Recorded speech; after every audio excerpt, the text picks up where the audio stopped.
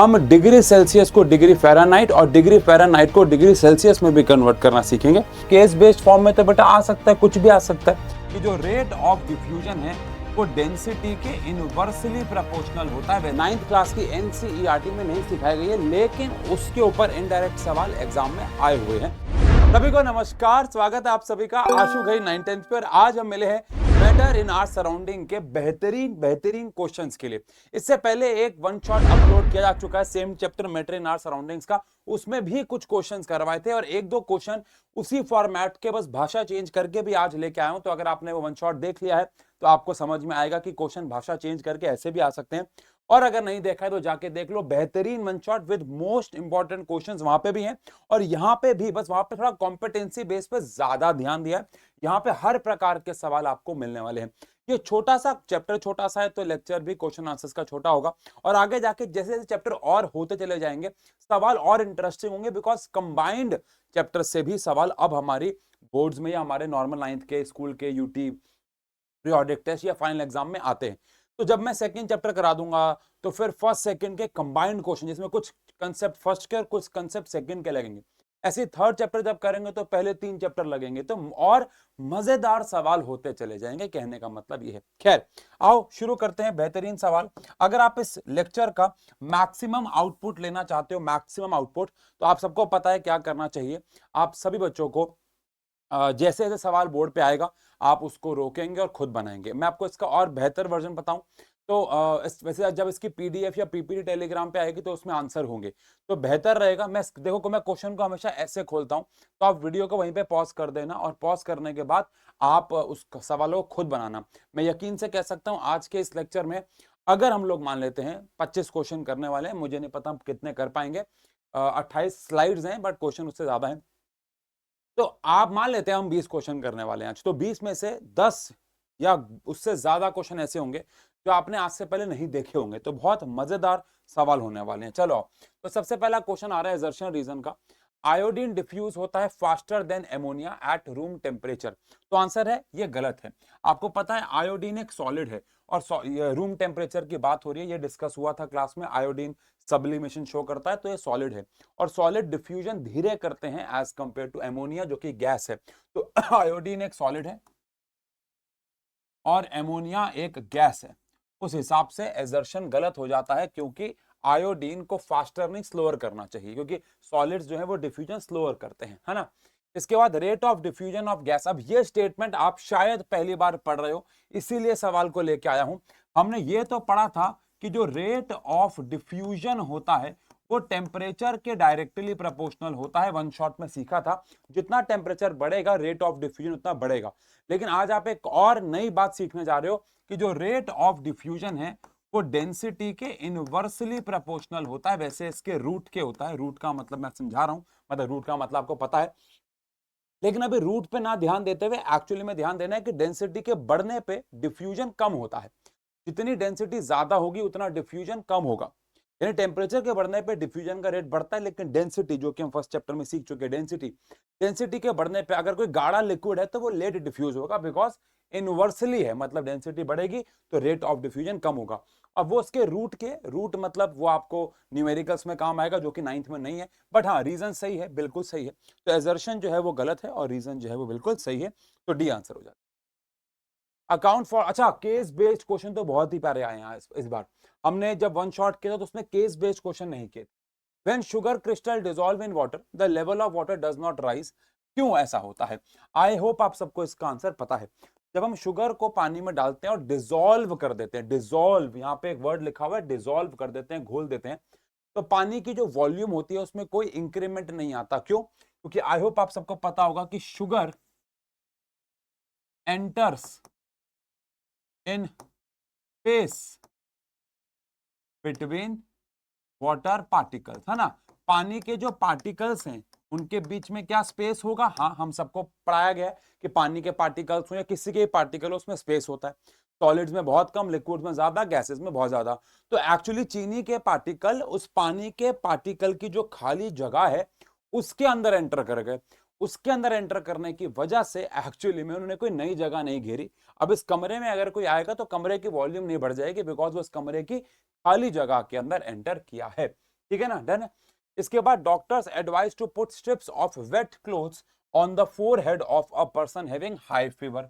अब wet cloth क्यों रखा जाता है, और वेट क्लोथ में भी कभी कभार ठंडा पानी रख के उस क्लोथ को माथे पे रख दिया जाता है, आपने मूवीज वगैरह में देखा होगा। आजकल थोड़ा कम हो जाता है क्योंकि दवाइयां वगैरह बड़ी इफेक्टिव आ गई हैं, एसी आ गया है कमरों में, बट पहले के जमाने में ऐसा करते थे, आज भी कुछ जगहों पे करते होंगे, जहाँ पे गीली पट्टी को माथे पे रख देते हैं। क्यों? अब जो गीली पट्टी है, वेट क्लोथ है, उसमें पानी होगा, बिल्कुल होगा। अब पानी जो है वो इवेपोरेट होगा, पानी जो है वो क्या होगा भैया, इवेपोरेट होगा, बिल्कुल होगा। अब अगर पानी इवेपोरेट हुआ तो पानी के इवेपोरेट होने से क्या होगा, उसको इवेपोरेट होने के लिए क्या चाहिए होगी भैया, मैं इसका आंसर भी लिखवा भी दूंगा चाहे आपको, लेकिन उसको क्या चाहिए होगी भैया, लेटेंट हीट चाहिए होगी, क्योंकि पानी को इवेपोरेट या स्टेट को चेंज करने के लिए क्या चाहिए होती है, लेटेंट हीट। अब वो लेटेंट हीट कहां से लेगा, ऑब्वियस सी बात है बॉडी से लेगा, यानी कि माथे से लेगा, और एज अ रिजल्ट वो अगर हीट लेगा तो टेम्परेचर को गिरा देगा, जो कि बेहतर फील करवाएगा, है ना भाई। इससे आपका बीमारी तो ठीक नहीं होगी जिस कारण से बुखार हो रहा है, लेकिन आपको रिलीफ मिलेगा। तो इसका आंसर कैसे लिख सकते हैं, wet clothes contain water and whenever wet clothes comes in contact with the hot body during the fever, water evaporates and extracts latent heat from the body, and due to extraction of latent heat temperature falls, which makes the person feel better। ऐसे करके आप रोक रोक के लिखना चाहो तो लिख लो, इतनी अंग्रेजी सबको आती होगी, बट हाँ सवाल बहुत अच्छा है, दोनों ही सवाल बहुत प्यारे हैं। चलो आगे बढ़ते हैं। अब ये मिलता जुलता सवाल मैं आपको वन शॉट में लेके आया था, लेकिन थोड़ा सा बस यहाँ पे भावनाएं बदल गई हैं। एक तो रीमा का नाम यहाँ पे आ गया है। If Reema boiled 3 liquids and noted boiling point of 3 substances, Reema ने क्या किया, सब्सटेंसेस को जो है वो बॉयल किया, और बॉयल करने पे उसने क्या देखा कि जो एक्स का बॉइलिंग पॉइंट है वो 125 डिग्री सेल्सियस है, जो वाई का है वो 250 डिग्री सेल्सियस है, और जो जेड का है वो 175 है, sorry, degree Celsius respectively। Arrange them in increasing order of the interparticle force of attraction। याद करो मैंने वहां भी आपको बताया था कि हम इसको इंक्रीजिंग ऑर्डर में लगाना है, इंक्रीजिंग ऑर्डर में लगाने, किसके इंक्रीजिंग ऑर्डर में लगाना है, अट्रैक्शन के। मैंने आपको वहां भी बताया था जितना बॉइलिंग पॉइंट या फिर जितना मेल्टिंग पॉइंट ज्यादा होगा उतनी अट्रैक्शन ज्यादा होगी। याद करो वहां पर नहीं थे आप उस क्लास में, तो कोई बात नहीं, देखो मैं आपको दोबारा समझाता हूं। बॉइलिंग का मतलब क्या है, पार्टिकल्स को दूर करना है, मेल्टिंग का मतलब क्या है, पार्टिकल्स को दूर करना है। तो अगर किसी का मेल्टिंग पॉइंट या किसी का बॉइलिंग पॉइंट बहुत ज्यादा है, इसका मतलब क्या है, हमें उसको हीट करके दूर करने में मुश्किलें हो रही हैं, इसका मतलब है उसमें अट्रैक्शन जो है वो ज्यादा है, इसका मतलब है उसमें अट्रैक्शन जो है वो ज्यादा है। तो अगर किसी का मेल्टिंग पॉइंट बॉइलिंग पॉइंट ज्यादा है तो आपको समझ जाना है कि इसका मतलब यह है कि उसके पार्टिकल्स में अट्रैक्शन सबसे ज्यादा है। तो अगर मुझे रीजन भी देना है, रीजन भी देना है, तो रीजन आप यही देंगे जो मैं बोल रहा हूं आपको। इफ मेल्टिंग पॉइंट और boiling point of any particle is higher, then there is more force of attraction between the particles। Short में अगर बोलूं तो जो अट्रैक्शन है, आप एक नंबर का अगर ये आया, अट्रैक्शन जो है वो डायरेक्टली प्रोपोर्शनल है मेल्टिंग पॉइंट और बॉइलिंग पॉइंट के। अब अगर ऐसा है तो एक्स वाई और जेड में हमें कौन से ऑर्डर में लगाना है, इनको इंक्रीजिंग ऑर्डर में। अब अगर इंक्रीजिंग ऑर्डर में लगाना है तो सबसे ज्यादा कौन आ गया, वाई आ गया, उसके बाद कौन आ गया, जेड आ गया, और उसके बाद कौन आ गया, एक्स आ गया, है ना भाई। तो ये हमारे पास इंक्रीजिंग ऑर्डर हो जाता है, डन है। तो ये सेम सा सवाल है। अच्छा, हमने क्लासेस के अंदर हमने जब ये वन शॉट किया था उसमें डिग्री सेल्सियस को केल्विन, केल्विन को डिग्री सेल्सियस में किया था। एक सवाल है जहां पे जो डिग्री फ़ारेनहाइट है, मैं कह रहा हूं आप हमेशा कुछ ना कुछ नया सीखोगे जब भी आप क्वेश्चन आंसर्स के लेक्चर लोगे। चलो आप, if a few spoon of salt are dissolve in pure water, अगर आपने प्योर वाटर में नमक डाल दिया तो क्या होगा, ऑप्शन आ रहे हैं। पहला, इसका बॉइलिंग पॉइंट जो है वो 100 से ज्यादा हो जाएगा। याद करो क्लास में डिस्कस हुआ था, अगर पानी प्योर है तो उसका बॉइलिंग पॉइंट 100 होगा, लेकिन अगर उसमें कोई इंप्योरिटी ऐड हो रखी है तो उसका बॉइलिंग पॉइंट 100 से बढ़ जाएगा, है ना, याद है। It's boiling point becomes more than 100 degree Celsius, ये सही है। No change in the boiling point, it's boiling point में इंक्रीज और डिक्रीज नहीं। नमक को उबालना, नमक को पिघलाना आसान है या मुश्किल है एज कंपेयर टू वाटर, मुश्किल है, हम सब जानते हैं। तो अगर नमक जाएगा पानी में तो वो उसके बॉइलिंग पॉइंट को बढ़ा देगा या कम कर देगा? आंसर है बढ़ा देगा। तो 100 से ज्यादा बढ़ जाएगा। और यही रीजन है कि छोलों को उबालते हुए, राजमा को उबालते हुए, अंडों को उबालते हुए हमारे घरों में नमक डाल दिया जाता है ताकि बॉइलिंग पॉइंट बढ़ जाए और वो बेहतर तरीके से उबले। ठीक है। Explain the following. A drop of Dettol is evenly distributed in a bucket of water without need of stirring. अगर आप 2-4 बूंदे डिटोल की डाल दोगे, आपने ऐड में भी देखा होगा डिटोल की ऐसे अपने आप फैलता है, तो वो अपने आप क्यों फैल जाता है? उसको हिलाने की भी जरूरत क्यों नहीं होती है? आपको सबको पता है।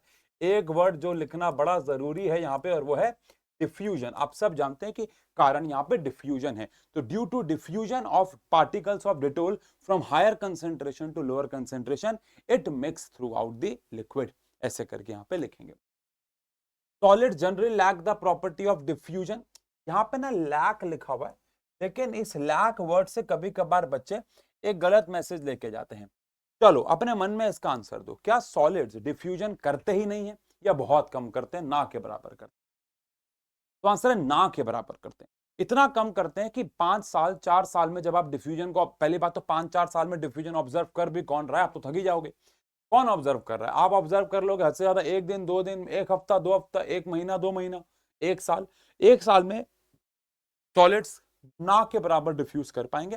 तो कहीं ना कहीं मैसेज तो ये जाता है कि डिफ्यूजन करते ही नहीं है। जैसे solids generally lack the property of diffusion. Answer आपको सबको पता है कि जो रेट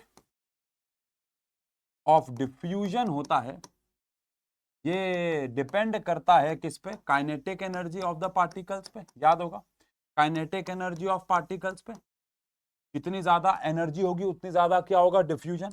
और आप सबको ये भी पता है कि फॉर सॉलिड्स, सॉलिड्स के लिए जो काइनेटिक एनर्जी होती है ये मिनिमम होती है या ना के बराबर होती है, जिसकी वजह से उनमें रेट ऑफ डिफ्यूजन भी मिनिमम हो जाता है।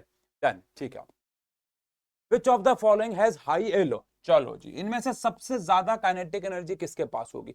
हम सब जानते हैं सॉलिड लिक्विड गैस में सबसे ज्यादा काइनेटिक एनर्जी गैस की होगी। तो आइस यहां से हट जाता है। अब यहाँ पे वाटर वाटर वाटर और स्टीम है। अब स्टीम है, मुझे टेम्परेचर देखने की जरूरत ही नहीं, बिकॉज स्टीम एक में ही है। स्टीम है, स्टीम है, गैस है, गैस के पास काइनेटिक एनर्जी सबसे ज्यादा होती है। ऑल दो फिर भी पढ़ लू तो वाटर है जीरो पे, जीरो पे वाटर के पास तो बहुत कम। टेम्परेचर के बढ़ने पे भी काइनेटिक एनर्जी बढ़ती है, याद करेंगे। लेकिन यहाँ पे दोनों का टेम्परेचर सेम है, लेकिन एक वाटर है और एक स्टीम है। अब स्टीम के पास याद करो लेटेंट हीट है, या कह लो स्टीम जो है वो गैस है, तो उसके पास ज्यादा काइनेटिक एनर्जी होगी as compare to water at 100 degree Celsius. Done है, चलो अब। अरे बाबा, अरे बाबा, ये सवाल मुझे ना बड़े प्यारे लगते हैं जिनमें बहुत ज्यादा कॉम्प्लेक्स चीजें होती हैं। ऐसे देखने में मतलब लगता है कि कॉम्प्लेक्स होती है ना? हाथी के दांत खाने के और दिखाने के, और देखने में ऐसा लगता है कि मुश्किल है, बट होते नहीं। आओ जरा देखो। In an experimental activity crushed ice was taken in a beaker, यानी एक बर्फ को लिया गया, उसको क्रश किया गया और बीकर में ले लिया गया। एक थर्मोमीटर को फिट किया गया ताकि उसका जो बर्फ के अंदर वो बल्ब डूब जाए। A student heats the beaker containing ice and water. उसने उसको हीट करना शुरू किया। The beaker is now slowly heated and temperature was regularly noted. ये हमने समझ जाओ ना क्या होने वाला है। पहले टेम्परेचर क्या होने वाला है? पहले टेम्परेचर बढ़ेगा, फिर कांस्टेंट हो जाएगा, फिर बढ़ेगा, फिर कांस्टेंट हो जाएगा। ये पढ़ा था हमने। कांस्टेंट कब होगा? जब स्टेट चेंज हो रही होगी। बाकी देखते हैं। Temperature rises gradually as the heating is continued and becomes constant, और उसके बाद वो कांस्टेंट हो गया when ice starts changing into liquid। ठीक है, ये 4 ग्राफ हैं, पता नहीं किस चीज के ग्राफ हैं। तो ये ग्राफ हैं, पता नहीं क्या कह रहे हैं ग्राफ। यहाँ पे 0 से लेके 100 तक टेम्परेचर बढ़ा, उसके बाद कांस्टेंट हो गया। यहाँ पे भी कांस्टेंट रहा, फिर 0 से कम हुआ जब फ्रीज कर रहे हैं। यहाँ पे 0 से, पता नहीं ये ग्राफ का क्या काम है। बाकी आओ एक बार आगे पढ़ते हैं, क्या पता पीछे से कुछ काम हो। Identify the process associated with conversion of ice into water. Ice, और आइस को अगर आप वाटर में कन्वर्ट करते हो, आइस इनटू वाटर में कन्वर्ट करते हो, इसे क्या कहा जाता है? तो आंसर है इसको फ्यूजन कहा जाता है, या फिर इसको हम लोग मेल्टिंग कहते हैं। सही है भैया, ठीक है। What specific name is given to the constant temperature? उस टेम्परेचर को क्या बोलोगे जो कांस्टेंट हो गया? तो आंसर है हम उसको मेल्टिंग पॉइंट बोलेंगे। फिलहाल अभी हम इसको मेल्टिंग पॉइंट क्यों कह रहे हैं? क्योंकि हम आइस को वाटर में कन्वर्ट कर रहे हैं। अगर हम वाटर को आइस में कन्वर्ट कर रहे हो तो हम उसको फ्रीजिंग पॉइंट कह देते, ऑल्दो वैल्यू सेम होती। He measures the temperature of the content of the beaker as the function of time. Which of the following, अच्छा यहां पे आपको ये वाले क्वेश्चन का आंसर इसके रिस्पेक्ट से देना है कि इनमें से कौन सा ग्राफ सही है। तो भैया पहले उसके पास बर्फ थी, बर्फ का टेम्परेचर क्या होगा, 0 होगा या माइनस में कुछ होगा, फिर धीरे धीरे धीरे धीरे धीरे धीरे 0 बड़ा होगा। तो कौन सा वाला ग्राफ बर्फ को सही से रिप्रेजेंट कर रहा है? तो मेरे हिसाब से ये वाला रिप्रेजेंट कर रहा है। क्यों? क्योंकि बर्फ थी उसके पास, अब बर्फ पिघलने से पहले ही तो उसका टेम्परेचर नहीं बढ़ा होगा, ये तो पता नहीं क्या हो रहा है, पहले से 100 पे बर्फ नहीं हो सकती। तो बर्फ कितने पे रही होगी, 0 पे, और टेम्परेचर 0 ही रहा होगा, 0 ही रहा होगा, 0 ही रहा होगा, 0 ही रहा होगा, 0 ही रहा होगा। तो जैसे हम पहुंचे होंगे सारी बर्फ पिघल गई होगी, हम पहुंच गए होंगे पानी में, अब उसके बाद टेम्परेचर जो है बढ़ना शुरू हो जाएगा। तो इस हिसाब से कौन सा वाला ग्राफ सही से रिप्रेजेंट कर रहा है रिजल्ट को? आंसर है डी ग्राफ रिप्रेजेंट कर रहा है। कौन सा वाला ग्राफ? डी वाला ग्राफ। क्योंकि भैया 0 डिग्री सेल्सियस से 0 ही रहेगा जब बर्फ मेल्ट हो रही होगी, मेल्टिंग, लेकिन उसके बाद फर्दर टेम्परेचर जो है वो बढ़ेगा। तो आपसे बोला गया है कि आपने ये क्यों चुना, तो आपको लिखना होगा कि initially ice is at 0 and the temperature will remain 0 until all the ice melts. After all the ice converted into water, further temperature will increase up to 100. वो अलग बात है, 100 के बाद जाके फिर से क्या हो जाएगा, कांस्टेंट। तो इसका हमारा जस्टिफिकेशन। और वाला पार्ट अगर आप करते हैं, C part, water as ice has cooling effect whereas water as steam may cause severe burn. ऐसा क्यों? अरे क्योंकि water as steam higher temperature पे है, हायर टेम्परेचर पे है तो उसके पास मोर एनर्जी है, और अगर उसके पास ज्यादा एनर्जी है तो वो बर्न कॉज कर सकती है। वहीं पे जो वाटर एज आइस है वो लोअर टेम्परेचर पे है, अगर वो लोअर टेम्परेचर पे है तो उसके पास लेस एनर्जी है, और अगर उसके पास लेस एनर्जी है तो वो कूलिंग इफेक्ट कॉज करती है। क्या कॉज करती है? कूलिंग इफेक्ट कॉज करती है। चलो आप, हाँ भाई क्या सवाल है? Akanksha took 50 gram of sugar and dissolve in 100 ml of water, there is no increase in volume. अरे ये लो भैया, ये तो पीछे क्वेश्चन किया, अब ये क्वेश्चन थोड़ा सा भाषा ऐसे करके दे दिया। कह रहे आकांक्षा ने 50 ग्राम चीनी को डिजोल्व किया है 100 ml पानी में, और वॉल्यूम में उसने देखा कि कोई इंक्रीज नहीं आया है, आना भी नहीं चाहिए था। What characteristic of matter is illustrated by this observation? इससे क्या क्या कैरेक्टर्स आपको देखने को मिले? सबसे पहली बात, particles have space between, particles have space between them। हमें सबसे पहला कैरेक्टर देखने को मिला है कि पार्टिकल में गैप है, तभी तो उसके अंदर चीनी जो है पानी के पानी, ये तो अभी हम डिस्कस कर भी चुके हैं, एंटर कर चुके हैं, तभी कोई वॉल्यूम नहीं बढ़ी। सेकेंड चीज जो हम समझे और वो ये है कि particles are very very small, है ना, particles are very very small, particles जो है वो बहुत ज्यादा छोटे होते हैं, तभी वो खाली जगह के अंदर क्या कर गए, एंटर कर गए। Why do gases exert more pressure on the walls of container than solid? अगर मैं एक कंटेनर में सॉलिड को भर देता हूं और वहीं पे एक कंटेनर में गैस को भरता हूं तो कौन ज्यादा प्रेशर अप्लाई करता है? गैसेस। क्यों? तो भैया इसके अगेन कुछ रीजन है। Gases apply more pressure. क्यों भाई, क्यों क्यों गैसेस ज्यादा प्रेशर लगाती हैं? पहला कारण क्या है? मोर kinetic energy of particles, particles के पास ज्यादा काइनेटिक एनर्जी है तो वो ज्यादा काइनेटिक एनर्जी से भागते हैं और कंटेनर पे ज्यादा टकरा पाते हैं। एंड अगला, free to move in every direction possible. और सबसे अच्छी बात यह है कि गैसेस जो हैं किसी भी डायरेक्शन में भाग दौड़ सकती हैं, गैसेस किसी भी डायरेक्शन में भाग सकती हैं, किसी भी डायरेक्शन में भाग दौड़ कर सकते हैं, जिसकी वजह से ऊपर भी प्रेशर लगाते हैं, साइड में भी प्रेशर लगाते हैं, नीचे भी। लेकिन सॉलिड्स के पार्टिकल इतने नहीं भाग सकते, जिसकी वजह से वो लेस प्रेशर कॉज करते हैं। ठीक है, एक सब्सटेंस है ए जिसकी हाई कंप्रेसिबिलिटी है, यानी कि उसको आसानी से दबाया जा सकता है, तो अभी तो लग रहा है कि ये गैस है, हो सकता है लिक्विड भी हो, पर लिक्विड की हाई कंप्रेसिबिलिटी वैसे नहीं होती है, बट शक है। तो अभी तो पक्का लग रहा है कि सॉलिड तो नहीं है, ठीक है। And can be easily liquefied, लो जी अब तो पक्का यकीन हो गया कि ये गैस है। It can take up the shape of any container, gas है। Predict the nature of the substance, substance का नेचर हमारे हिसाब से पक्का या तो गैस है या तो वेपर्स है, या तो गैस है या तो वेपर्स है, ठीक है। Enlist 4 properties of this state of matter, आपको इसकी 4 प्रॉपर्टीज लिखनी है, ये काम तो मेरे से मत कराओ ना। फिक्स्ड क्या है, शेप है क्या, no, no fix shape. Fixed volume है क्या, नहीं, no fixed volume. Particles have maximum kinetic energy among all the 3 states. Particles, gases can flow, hence known as fluids, can fill the container completely, can be compressible, वो तो ऊपर ही लिखा हुआ है। दुनिया जहान की प्रॉपर्टीज है, लिख सकते हो बेटा, ठीक है। गिव रीजन, ये बड़ा प्यारा सवाल है भैया, ये बहुत ही अच्छा सवाल है, और समझे। कह रहे एक रीजन दो कि अगर आप एक केटल के अंदर थोड़ा सा अमाउंट ऑफ पानी डालते हो, अगर आप एक केटल के अंदर एक केटल लेते हो और केटल के अंदर थोड़ा सा पानी ले लेते हो, ठीक है, तो पानी ने तो बहुत कम जगह घेरी।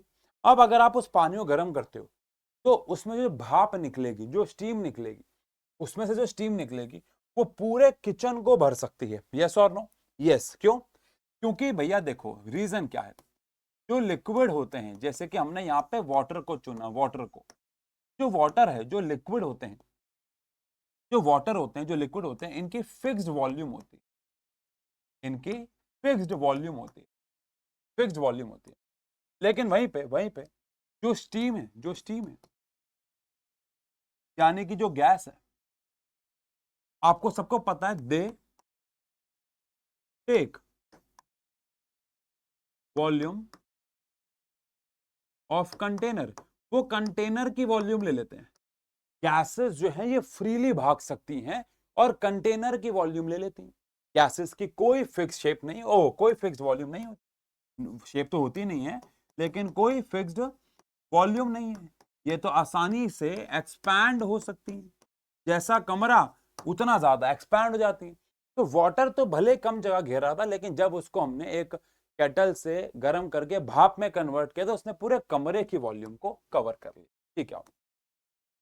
ये मेरे हिसाब से शायद बड़ा अच्छा सवाल हो सकता है। मुझे ऐसे सवाल बड़े पसंद होते हैं जिनमें कुछ डेटा होता है फिर उसके पार्ट्स होते हैं ना, कुछ डेटा होता है फिर उसके कुछ पार्ट्स होते हैं, बड़े प्यारे, जिनको हम केस बेस्ड भी कहते हैं। कुछ केस बेस्ड होते हैं, कुछ नहीं होते हैं, लेकिन वो दिखते हैं कि वो केस बेस्ड है, मतलब प्यारे सवाल होते हैं। इन शॉर्ट आओ समझे।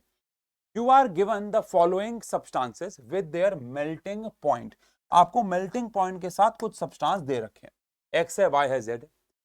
ये एक्स का सबसे कम मेल्टिंग पॉइंट है और बॉइलिंग पॉइंट भी सबसे कम है, माइनस में। वाई का सबसे ज्यादा है मेल्टिंग पॉइंट और बॉइलिंग पॉइंट में सबसे ज्यादा है। जेड का ठीक ठाक है, ठीक है। द स्मेल ऑफ परफ्यूम, अरे अरे अच्छा अच्छा अच्छा अच्छा, ये अलग सवाल है, ये अलग है, ये बिल्कुल ही अलग है। The smell of perfume gradually spread across a room, name and explain the process. कह रहे स्मेल ऑफ परफ्यूम कैसे फैल जाती है, नाम बताओ और एक्सप्लेन कर दो। तो नाम है भैया, सबको पता है, डिफ्यूजन। और प्रोसेस क्या है, movement of particles from higher concentration to lower concentration is called diffusion. And due to this diffusion particles जो है परफ्यूम के पूरे कमरे में फैल जाते, ठीक है, सिंपल। हाँ जी। B, the arrangement of particle is less ordered in the state, however there is no order in the gas state. कह रहे हैं द अरेंजमेंट ऑफ पार्टिकल जो है वो लेस ऑर्डर्ड होता है, लेस ऑर्डर्ड होता है लिक्विड्स में। आई होप आपको पता है, बिल्कुल ऑर्डर्ड शेप, यानी इस क्वेश्चन का हिंदी अनुवाद है, पार्टिकल्स बिल्कुल एक फिक्स्ड ऑर्डर फॉलो करते हैं और बार बार उसको बदलते नहीं है, तो वो सॉलिड्स हैं। लेकिन लिक्विड्स में थोड़ा बहुत ऑर्डर होता है, however there is no order, कोई ऑर्डर नहीं होता इन गैस स्टेट। गैस में तो कोई ऑर्डर नहीं है ना, पार्टिकल रैंडमली भाग रहे हैं। तो यार पीछे वाला जो डेटा था उसके ऊपर तो कोई सवाल ही नहीं आया। चलो, conversion of solid to vapor is called sublimation. Name the term used to denote the conversion of vapors into solid. कह रहे solid को vapor में convert करना sublimation होता है, तो vapor को solid में convert करने को क्या बोलते हैं? अरे ये तो बड़ा आसान है, डिपोजिशन। डिपोजिशन। अरे तो ये पीछे कुछ गलती हो गई है क्या, ये पीछे के क्वेश्चन इससे अलग मैच हो गए हैं क्या? चलो आओ, इसमें ना मैं आपसे काउंटर सवाल पूछ लेता हूं, मैं आपसे काउंटर सवाल पूछ लेता हूं। मान लो पहला सवाल, select select substance with maximum attraction between particles, और इसी में पूछ लिया select substance with minimum attraction between particles. बताइए भाई, ऐसे सब्सटेंस चुनो जिनमें अट्रैक्शन मैक्सिमम है इसमें से, और ऐसा जिसमें मिनिमम है। अभी मैंने पीछे क्या बताया था, मेल्टिंग और बॉइलिंग पॉइंट जितना ज्यादा उतनी अट्रैक्शन ज्यादा, और मेल्टिंग और बॉइलिंग पॉइंट जितना कम उतनी अट्रैक्शन कम, याद है।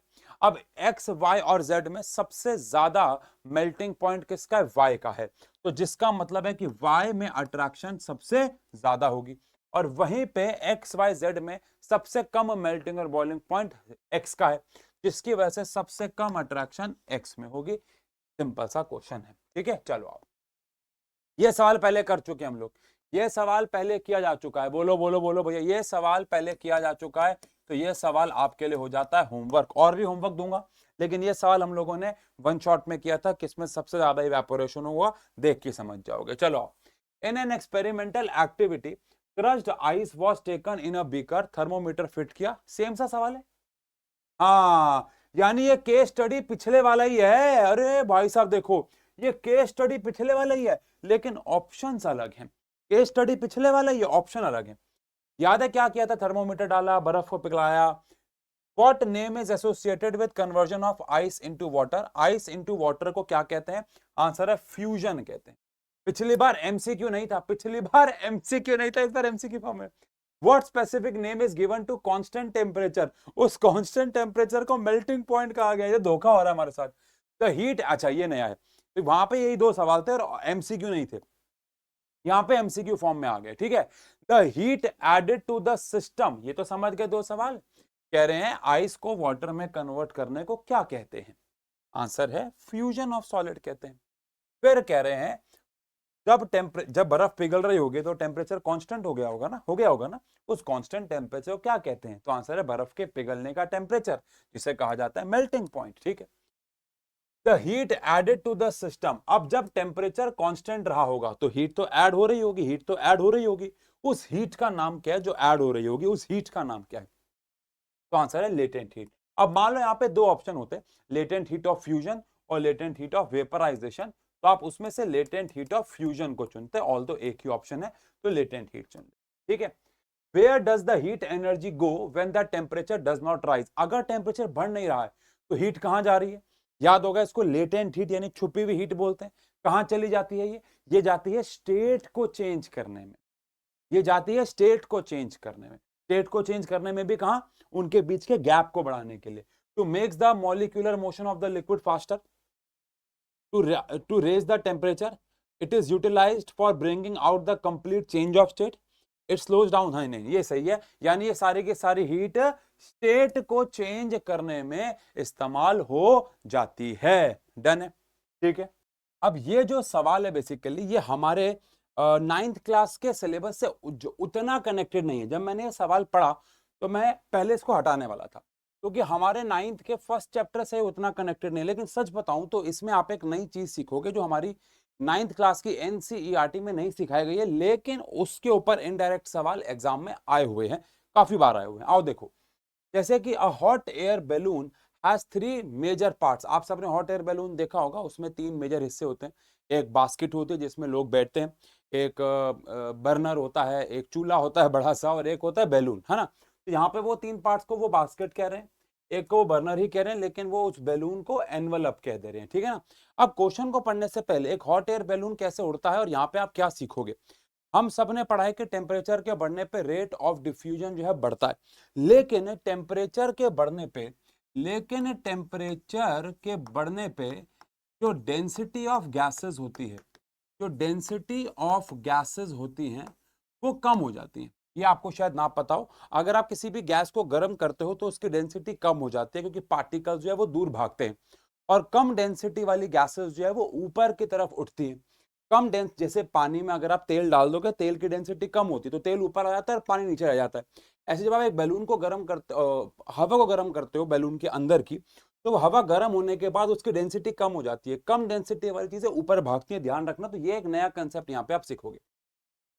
The basket is where passenger जहाँ बैठते हैं वो जनरली किसकी बनी होती है, एक मटेरियल की बनी होती है जो कि बहुत हल्का होता है, विकर, जो कि बहुत स्ट्रांग भी होता है। अब हल्का क्यों करना है, बिकॉज बैलून को ऊपर उड़ाना है, और स्ट्रांग क्यों करना है, बिकॉज उसमें लोग बैठेंगे।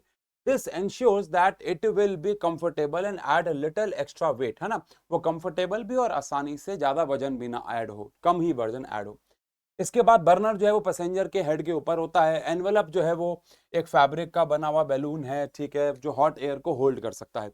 पायलट जो है वो ऊपर और नीचे की मूवमेंट को कंट्रोल करता होगा। आप सोचो कैसे करता होगा, ऑल दो क्वेश्चन भी है, पर जब उसे ऊपर जाना होता होगा तो बर्नर को तेज कर देता होगा, ज्यादा खोल देता होगा, ज्यादा बड़ी फ्लेम आती होगी, हवा ज्यादा गर्म होती होगी, ज्यादा उस हवा गर्म होगी, टेम्परेचर बढ़ेगा तो ज्यादा उसकी डेंसिटी कम होगी, वो और ताकत से ऊपर जाएगी, एक फोर्स अप्लाई करेगी और बैलून ऊपर जाएगा। हम फिजिक्स में आगे जाके इस फोर्स को कुछ नाम भी देंगे, अभी के लिए फोर्स कह रहे हैं। What keeps a hot air balloon flying, एक हॉट एयर बैलून उड़ता क्यों है, क्यों वो उड़ता है? तो बहुत सिंपल सी भाषा में आपको हमने इसका आंसर दिया है कि टेम्परेचर के बढ़ने पे डेंसिटी ऑफ गैस कम होती है, और डेंसिटी ऑफ गैस जिसकी कम होती है वो मूव करती है अपवर्ड्स, वो मूव करती है अपवर्ड्स, और ये अपवर्ड मूव करके एक फोर्स अप्लाई करती है, और यही फोर्स ऊपर की तरफ बैलून को लेके जाती है। सिंपल है, ठीक है। इसके बाद how the balloons pilot can control the balloons altitude, यानी कि वो उसकी ऊंचाई को कैसे कंट्रोल करता है। तो अगेन, अगर उसको हायर हाइट पे जाना है, अगर उसको हायर हाइट पे जाना है तो वो एक लार्जर फ्लेम बनाएगा, एक बड़ी फ्लेम बनाएगा, और लार्जर फ्लेम, बड़ी फ्लेम बर्नर से अगर बनाएगा तो ज्यादा टेम्परेचर बढ़ेगा, ज्यादा टेम्परेचर बढ़ेगा तो ज्यादा डेंसिटी कम होगी, ज्यादा डेंसिटी कम होगी तो ऊपर की तरफ और ज्यादा फोर्स लगेगी। लेकिन जब उसको नीचे आना होगा, लोअर आना होगा, उसको नीचे आना होगा, तो वो क्या करेगा, स्मॉलर फ्लेम बनाएगा। अब फ्लेम को बंद तो नहीं करता होगा, बाकी मुझे पता नहीं, बंद करने से एकदम से नीचे तो नहीं आएगा, बिकॉज अभी अंदर गर्म हवा बची तो होगी, बट फिर भी बंद तो नहीं करता होगा, फ्लेम को कम कर लेते होंगे, स्मॉलर फ्लेम लिखते हैं। स्मॉलर फ्लेम से टेम्परेचर पहले के मुकाबले कम हो जाएगा, टेम्परेचर कम हो जाएगा तो पहले टेम्परेचर के बढ़ने पर डेंसिटी कम हुई थी तो फोर्स लगी थी ऊपर, अब टेम्परेचर के कम होने की वजह से डेंसिटी जो है वो बढ़ जाएगी, हवा भारी हो जाएगी, हवा भारी हो जाएगी तो जो फोर्स है वो नीचे की तरफ, एक्चुअली फोर्स जो है वो ऊपर की तरफ लगना बंद हो जाएगी, नीचे की तरफ फोर्स नहीं लगेगी, या ऊपर की तरफ कम फोर्स लगेगी, है ना, लेस अपवर्ड फोर्स, ऊपर की तरफ जो फोर्स है वो पहले के मुकाबले कम लगेगी, कम लगेगी तो फिर वो बैलून नीचे की तरफ आएगा, डन है। हाँ, तो ये वो सवाल है जिसका मैंने आपको कहा था हम इंतजार कर रहे हैं, क्योंकि हम लोगों ने अभी तक डिग्री सेल्सियस को केल्विन और केल्विन को डिग्री सेल्सियस में कन्वर्ट करना सीखा था, लेकिन इस क्वेश्चन के माध्यम से हम डिग्री सेल्सियस को डिग्री फ़ारेनहाइट और डिग्री फ़ारेनहाइट को डिग्री सेल्सियस में भी कन्वर्ट करना सीखेंगे। अब आपके मन में हो सकता है एक सवाल है कि क्या ये हमारे एग्जाम में आ सकता है। देखो, आ सकता है कि नहीं आ सकता है इसका मुझे कुछ नहीं पता है, बट ये केस बेस्ड क्वेश्चन है। अगर ये केस बेस्ड क्वेश्चन है तो केस बेस्ड फॉर्म में तो बेटा आ सकता है, कुछ भी आ सकता है। यहाँ पे आपको फॉर्मूला दे रखा है, देखो इस पूरी कहानी में लिख रखा है कि टेम्परेचर को नापने की 3 अलग अलग यूनिट्स हैं, वो सब किस्से कहानियां यहाँ पे लिखी हुई हैं, आप पढ़ सकते हो। लेकिन साथ ही साथ यहाँ पे 2 फॉर्मूले क्यों है, वो फॉर्मूला थोड़ा सा मुश्किल भाषा में गिवन है, बट आप फिर भी उनको समझने की कोशिश करें, फिर मैं इनका आसान वर्जन लिख दूंगा। यहाँ पे लिखा हुआ है कि अगर आपके पास टेम्परेचर x डिग्री सेल्सियस है तो केल्विन में वही x प्लस 273 केल्विन हो जाएगा। आसान भाषा में, अगर आपको डिग्री सेल्सियस से केल्विन में जाना है तो आपको 273 ऐड करना है, और केल्विन से डिग्री सेल्सियस में जाना है तो 273 माइनस करना है। अब यहाँ पे देखो, ये थोड़ा सा नया फॉर्मूला है, इसका भी आसान वर्जन मैं आपको लिख के दूंगा, इसका तो खैर आसान वर्जन आप जानते ही हैं। अगर आपके पास sorry temperature x degree Celsius है और आपको फ़ारेनहाइट में निकालना है तो क्या करना है, कुछ नहीं करना है, आपको 9/5x प्लस 32 करना है, यानी कि जो भी आपका डिग्री सेल्सियस में टेम्परेचर है उसको 9/5 से, यानी 9/5 से मल्टीप्लाई करके उसमें 32 ऐड करना है। मैं इसका आसान वर्जन लिखता हूं। अगर आपको टेम्परेचर डिग्री फ़ारेनहाइट में निकालना है तो जो भी आपका टेम्परेचर डिग्री सेल्सियस में है उसको 9/5 से मल्टीप्लाई करो और जो भी आएगा उसमें 32 ऐड कर दो। इससे आपको टेम्परेचर डिग्री फ़ारेनहाइट में मिल जाएगा। 9/5 से मल्टीप्लाई जो भी डिग्री सेल्सियस में और फिर 32 ऐड। एग्जाम्पल के तौर पे अभी एग्जाम्पल ले लेते हैं। चलो मान लेते हैं आपको यहाँ पे एक एग्जाम्पल ले लेते हैं।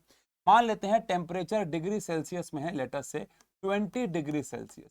अब आपको डिग्री फ़ारेनहाइट में निकालना है, तो आप क्या करोगे, 9/5 डिग्री सेल्सियस में वैल्यू 20 है, प्लस में 32 आ जाएगा। इसको इससे काट दोगे तो कितना आ जाएगा, 4। अब 9 इंटू में 4 कितना आ गया हमारे पास, 36। 36 प्लस में 32 कितना आ गया हमारे पास, 68 डिग्री फ़ारेनहाइट आ गया। 68 डिग्री फ़ारेनहाइट आ गया। तो इस फॉर्मूले से आप डिग्री सेल्सियस को डिग्री फ़ारेनहाइट में कन्वर्ट कर सकते हो। अभी हम क्वेश्चन पे नहीं आए, अभी तो बस यहाँ पे समझाया हमने, ठीक है। अब पहला सवाल है, what is the boiling point of water in kelvin. Kelvin में पानी का बॉइलिंग पॉइंट कितना होता है। तो केल्विन में अगर मुझे निकालना है, डिग्री सेल्सियस में 100 होता है, उसमें 273 ऐड कर देंगे तो कितना आ जाएगा, 373 केल्विन। आप सीधा भी लिख सकते हो, ऐसी कोई बात नहीं है अगर याद है तो, ठीक है। लेकिन इसका सेकंड पार्ट बहुत ज्यादा इंटरेस्टिंग है। कह रहे हैं ऐसा कोई टेम्परेचर बताओ जिसपे डिग्री सेल्सियस और डिग्री फ़ारेनहाइट दोनों बराबर हो जाए। ऐसा एक टेम्परेचर बताना है जिसपे डिग्री सेल्सियस और डिग्री फ़ारेनहाइट बराबर हो जाते हैं। आओ जरा समझने की करते हैं कोशिश। ऐसा कौन सा टेम्परेचर जिसपे डिग्री सेल्सियस और डिग्री फ़ारेनहाइट बराबर हो जाए। तो फॉर्मूला हमारे पास क्या है, फॉर्मूला है degree Fahrenheit is equal to 9/5 degree Celsius plus में 32। अब दोनों बराबर हैं, तो अगर ये x है तो 9/5 x प्लस में 32 आ गया, ठीक है। मुझे ऐसा पता नहीं याद सा आ रहा रफली कि ये सेम क्वेश्चन ना मैथ्स में भी कहीं है, जहाँ पे डिग्री सेल्सियस और डिग्री फ़ारेनहाइट बराबर आते हैं। खैर, अगर डिग्री फ़ारेनहाइट x है तो डिग्री सेल्सियस भी x है, ये दोनों बराबर हैं। क्या केल्विन में और डिग्री सेल्सियस में ऐसा हो सकता है कि दोनों बराबर हो जाए, नहीं, कभी नहीं हो सकता, लेकिन फ़ारेनहाइट में हो सकता है। आओ आप उस x की वैल्यू को कैलकुलेट कर लेते हैं। कैसे करेंगे, देखो मैं इसको इधर ले जाता हूं, तो x minus 9/5 x is equal to 32 आ जाएगा। अब इसमें 5 हमारे पास एलसीएम आ गया, ये हमारे पास 5x माइनस में 9x इज इक्वल टू 32 आ गया। अब 5x माइनस में 9x हमारे पास कितना हो गया भैया, तो 5x माइनस 9x हो गया -4x सॉरी 32। और जहां तक इसको हम काट सकते हैं, बिल्कुल काट सकते हैं, 8 पे काट सकते हैं, 8 4 32। तो यहां से x की वैल्यू हमारे पास -40 आ जाएगी, -40। यानी कि -40 डिग्री सेल्सियस एक ऐसा टेम्परेचर है, या -40 डिग्री फ़ारेनहाइट एक ऐसा टेम्परेचर है जहां पे डिग्री सेल्सियस और डिग्री फ़ारेनहाइट बराबर। तो इस क्वेश्चन में भी पूरा भी नहीं हुआ है, लेकिन दो बातें सीख गया। पहला, डिग्री सेल्सियस और फ़ारेनहाइट कैसे कन्वर्ट करते हैं, और दूसरा, डिग्री सेल्सियस और केल्विन कभी बराबर नहीं हो सकते टेम्परेचर में, लेकिन फ़ारेनहाइट और सेल्सियस हो सकते हैं इतने पे। डन। चलो कह रहे हैं फ्रीजिंग पॉइंट ऑफ वाटर कितना होता है। पानी का फ्रीजिंग पॉइंट क्या होता है, पानी का फ्रीजिंग पॉइंट होता है 0 डिग्री सेल्सियस या 273 केल्विन। तो ये आंसर सही है। If temperature of certain oil is, oil का टेम्परेचर 65 डिग्री सेल्सियस है, आपको केल्विन में निकालना, ये तो बहुत ही आसान है। तो 65 में हमें 273 ऐड कर देना है, 5 और 3 8 हो गया, 7 और ये 3 हो गया, और ये 3 3 8 हो गया, तो 338 यानी कि डी हमारे पास आंसर आ गया। चलो आओ, ठीक है। तो ये सवाल आपके लिए एग्जैक्टली सेम होमवर्क है, क्योंकि ये सवाल मैंने आपको अभी कराया, तो दो सवाल मैंने आपको कहा ही था कि मैं आपको कुछ होमवर्क दूंगा, तो ये सवाल हमने सेम किया है आज, कि आइस क्यूब है, वेइंग इतना है, बीकर में क्रश कर दिया, टेम्परेचर है कांस्टेंट, ऐसे काफी क्वेश्चन आज हमने कर लिए। तो ये वाला सवाल, इसके कुछ फर्दर पार्ट्स, ये होमवर्क है। हमने लगभग सारे ही सवाल ऐसे सिमिलर से बनाए, लेकिन हाँ, ये सवाल मैंने आपको अगर याद हो तो जब मैंने आपको वन शॉट कराया था, तो ऐसे में 2-3 सवाल लेके आया था, और मैंने कहा था ये बहुत ज्यादा इंपॉर्टेंट है, इसलिए आज एक और सवाल लेके आया हूं। ये हमारा आखिरी सवाल भी होगा, ये हमारा आखिरी सवाल भी होगा। चलो आओ, ठीक है, इसके कुछ पार्ट्स हैं, ऑब्वियस सी बात। चलो, A teacher asked a group of students to heat a given sample of ice and to draw heat। ये आपको याद होगा, given sample of ice गर्म, पहले क्या हो रहा है, पहले टेम्परेचर बढ़ रहा है, फिर टेम्परेचर क्या हो गया, कांस्टेंट हो गया। क्यों, क्योंकि आइस मेल्ट होना शुरू। अभी तो मैंने क्वेश्चन पढ़ा भी नहीं है क्या लिखा है, लेकिन मुझे इतना पता है कि यहाँ पे टेम्परेचर बढ़ रहा है, लेकिन आप आइस हो, लेकिन यहाँ पे आपकी मेल्टिंग शुरू हो गई है, बर्फ पिघलना शुरू हो गया, तभी टेम्परेचर कांस्टेंट हो गया। यहाँ पे आते आते आप पूरे के पूरे लिक्विड बन चुके हो। अब यहाँ पे आके आपकी बॉइलिंग शुरू हो गई है और यहाँ पे आके आके आप पूरा वेपर्स बन चुके हो। तो ये हम लोगों को पता है। अब क्वेश्चन क्या क्या पूछा हुआ है, पीछे आओ जरा देखते हैं। तो सबसे पहला सवाल पूछा है, mark the correct answer in each of the following question. What is the physical state of substance at point Y? अब Y पे उसकी फिजिकल स्टेट क्या थी? Y पे क्या ऐसा कहना ठीक है कि Y पे मेल्ट हो रहा है? मेल्ट हो रहा है तो वो सॉलिड भी हो सकता है और लिक्विड भी हो सकता है। याद करो, यहाँ पे सॉलिड भी हो सकता है, लिक्विड भी हो सकता है। यहाँ पे लिक्विड भी हो सकता है, वेपर भी हो सकता है। लेकिन यहाँ पे वेपर होगा और यहाँ पे लिक्विड होगा और यहाँ पे सॉलिड। लेकिन जब स्टेट चेंज हो रही होती है तो दोनों स्टेट होते हैं। तो Y पे वो किस फॉर्म में भी होगा? सॉलिड फॉर्म में भी होगा और लिक्विड फॉर्म में भी होगा, यानी कि वाटर में भी होगा और आइस में भी होगा। हीट एडेड पर ग्राम या पर kilogram of the substance along the line CD। अब CD में कौन सी हीट दी गई है? क्या यहाँ पे बॉइलिंग हो रहा है, यानी कि यहाँ पे वेपराइजेशन हो रहा है, तो ऐसी हीट को लेटेंट हीट ऑफ वेपराइजेशन कहते हैं। ए से बी में लेटेंट हीट ऑफ फ्यूजन होता क्योंकि मेल्टिंग कर रहे हो आप, लेकिन सी से डी में जो हीट दे रहे हो उसको भाप बनाने के लिए इसे लेटेंट हीट ऑफ वेपराइजेशन कहते हैं। तो यहाँ पे आ जाएगी लेटेंट हीट ऑफ वेपराइजेशन। ठीक है, चलो आप इसके बाद physical state of substance eight point W। W पे उसकी फिजिकल स्टेट क्या होगी? W पे अगेन W आ गया। W पे बॉइलिंग हो रही है तो लिक्विड भी होगा और वेपर भी होगा, लिक्विड भी होगा और वेपर भी होगा, तो वाटर भी होगा और वेपर भी होगा। आखिरी सवाल, which line represent the change of state without undergoing any change of temperature. ऐसी कौन सी लाइन है जो स्टेट को तो चेंज में रिप्रेजेंट कर रही है लेकिन टेम्परेचर को नहीं? कितने सारे सवाल उस दिन भी कहते वन शॉट में, आज भी हो रहे हैं। तो ए से लेके बी कोई टेम्परेचर में देखो बढ़ाव नहीं है लेकिन मेल्टिंग हो रही है, और सी से लेके डी, तो ए बी और सी डी, तो ए बी और C D is the answer. Done है, बढ़िया। तो इसकी पीपीटी आपको कहाँ मिलेगी? टेलीग्राम पे। आई होप आपने आज सारे के सारे सवालों को ईमानदारी से बनाया हो और आप आज कुछ नया सीख के गए हो। चैप्टर छोटा है जिसकी वजह से क्वेश्चंस भी हम लोगों ने लगभग, फिर भी हमारे पास 1 घंटे के आसपास तो हो ही गया, लेकिन आगे जाके जैसे केमिस्ट्री के और चैप्टर्स होते चले जाएंगे हम इसके क्वेश्चंस बढ़ाएंगे। पीपीटी टेलीग्राम आशु घई 9-10 सर्च करना मिल जाएगा। एंड अगला आपको 9th में क्या चाहिए, मोशन चाहिए या सेल चाहिए? बाकी मुझे पता है आप लोगों को मोशन चाहिए होगा, बट फिर भी मोशन का वन शॉट चाहिए, सेल का, कमेंट सेक्शन पे जरूर बताना। सेशन को लाइक जरूर करना और एक प्यारा सा कमेंट जरूर छोड़ना इतने प्यारे सवालों के लिए। ठीक है, लव यू, मिलते हैं, थैंक यू सो मच।